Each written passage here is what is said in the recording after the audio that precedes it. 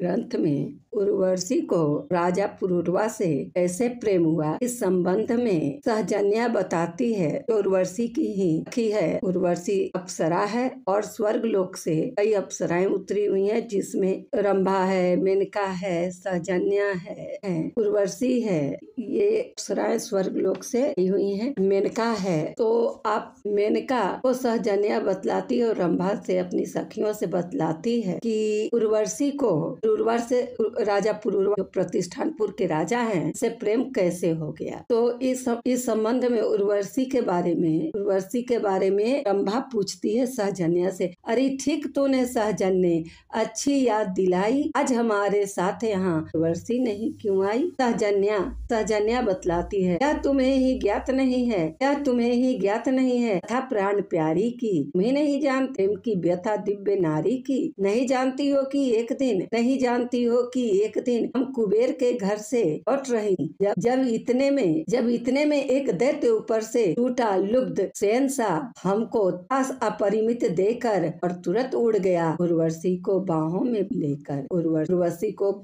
लेकर रंभा बाहों में ले उड़ा। अरे आगे की कथा बताओ सहजन्या। यही कि हम रो उठी। सहजन्या कहती है, रंभा कहती है कि बाहों में लेकर उर्वशी को उड़ गया वह राक्षस को। तब क्या हुआ? तब सहजन्या कहती है, यही कि हम रो उठी। सहजन्या कहती है कि हम ही लोग के साथ उर्वशी और उसे बाहों में लेकर राक्षस जो है बाहों में लेकर उड़ गया। बाहों में ले उड़ा? रंभा पूछती है। रंभा बाहों में ले उड़ा? आगे की कथा सुनाओ। सहजन्या बताती है, यही कि हम रो उठी दौड़कर, कोई हमें बचाओ। रंभा तो क्या हुआ? सहजन्या कहती है, पुकार हमारी सुनकर एक राजा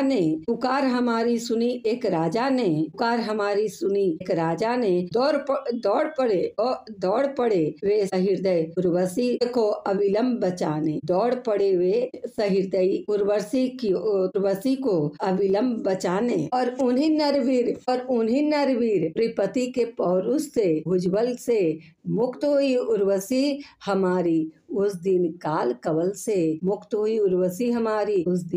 कवल से। रंभा ये राजा तो बड़े वीर हैं। सहजन्या और परम सुंदर भी, ऐसा मनोमुग्धकारी होता नहीं अमर भी। इसलिए तो सखी उर्वशी उषा नंदन वन सुरपुर की कौमुदी ललित कामना इंद्र के मन की। इसलिए तो सखी उर्वशी उषा नंदन वन की सुरपुर की कौमुदी कलित कामना इंद्र के मन की सिद्ध विरागी की समाधि में राग जगाने वाली देवों के शोणित में मधुमय आग लगाने